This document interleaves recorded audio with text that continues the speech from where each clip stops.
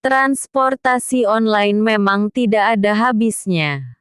Kejadian lucu, seram, sedih dan bahagia pun dialami oleh para driver ini. Beberapa hari belakangan ini, sebuah kisah tersebar viral melalui aplikasi Line.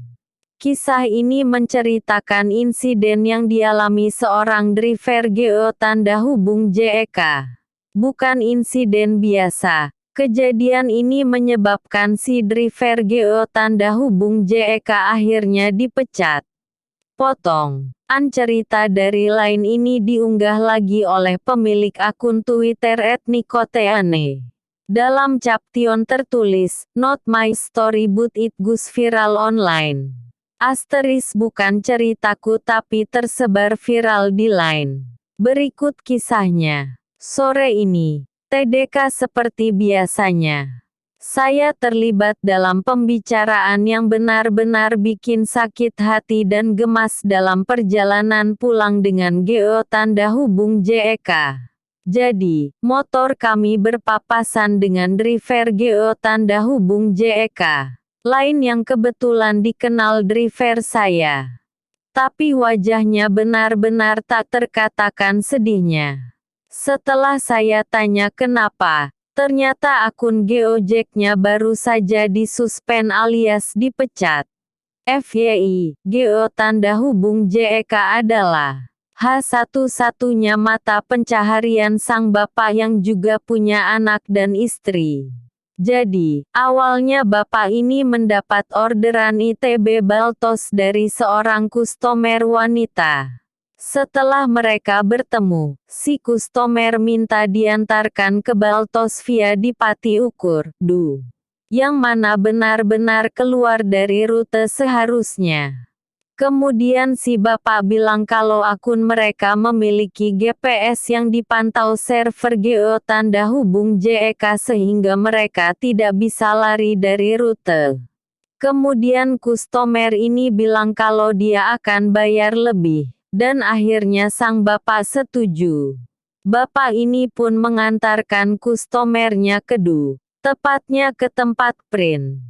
Ternyata, sebelum sang kustomer ngeprint, dia masih perlu mengedit filenya itu dan membuat si bapak menunggu sampai 1 jam, atau bahkan lebih katanya.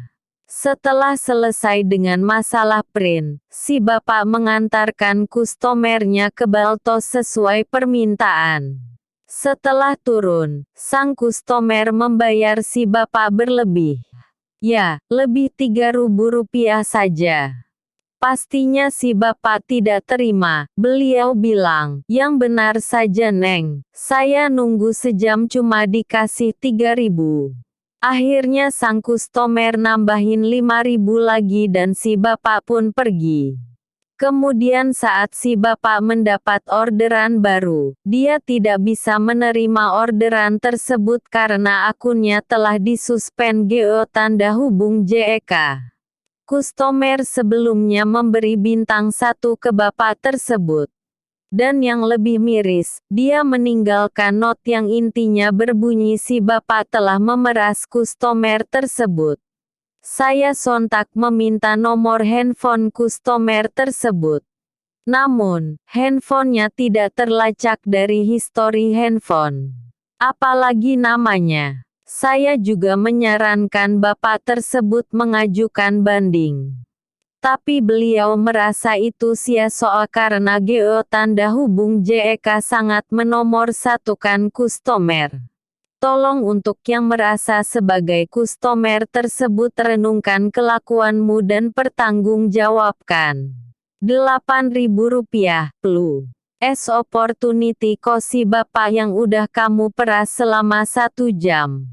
Apakah pantas mendapat bintang 1 dan disebut sebagai memeras? Mungkin kamu bisa saja santai setelah kejadian tersebut. Tapi si bapak, yang tadinya bisa mendapat orderan yang tidak sedikit dalam 1 jam, sekarang jadi pengangguran gara-gara kamu. Ingat, dia juga punya istri dan anak. Dan sekali lagi, ini mata pencaharian beliau satu-satunya. Bayangkan kalau beliau ayahmu. Kalau kamu kira bikin akun GO tanda hubung JEK yang baru itu mudah, kamu salah besar. Perlu KTP dan plat nomor yang berbeda pastinya. Dan ingat, GO tanda hubung JEK selalu menomorsatukan customer. Please. Kalau kalian gak suka sama seorang driver, tegur saja secara langsung.